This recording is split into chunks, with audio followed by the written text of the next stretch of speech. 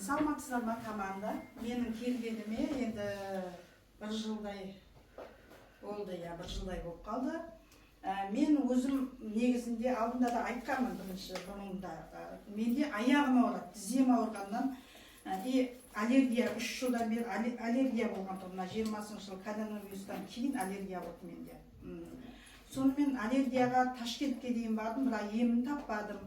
Бірақ бір күні больничныйда жатқан кезімде осыны тиктоктан көрдім де, мен іздедім жұмысқа барғаннан кейін маған тауып беріңдерші деп. Сонымен Светлананы тауып берді маған.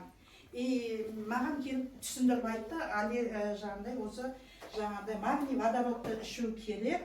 Магнийді, бұл магний тізені, суставтарды, мен сустав тіземе укол салдырдым. Қызылордаға барып, МРТ-ға түсіп, мен тіземе істемегенім жоқ. 3 ай сайын менде 100 мыңнан аса ақша 10 күнге кетіп тұрды. Кальций. Почему-то врачтар маған магнийді айтпапты. Хотя аптеканың да магнийін маған алып іштегені жаңағындай кальций болды.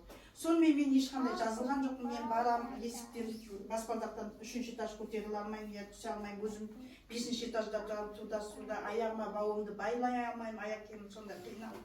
Туалетке де отыра алмаймын, даже шындығына келгенде. Сондай жағдай болды. Сонымен осыны алып, мен түстен кейін Света келді, мен бірден вип жаптым сол моментте, өткен менде сенім болып, өткен тиктоктан көрдім мен оны. Біреулердің жақсы болып кеткенін көрдім.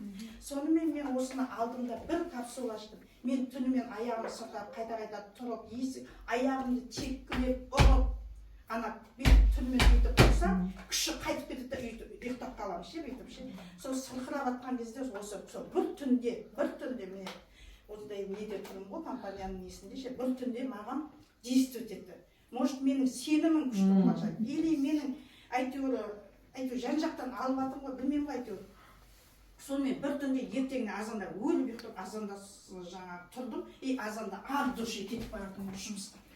Мен жүре алмайтынмын, даже бүйтіп жүріп қалатын тұғым, бүйтіп тұрам, содан кейін уже бүйтіп жүремді сөйтіп барып кететін тұғым. Мен бірден жүріп кеттім, мен аяғым емін-еркін, уже ешқандай мен қақиып қалған аяғым. Датаға мен жыладым, өткен менің жасым әлі 50-ге толған жоқ. Мен қазір 50-ден асып кеттім, 53-тен асып кеттім қазір.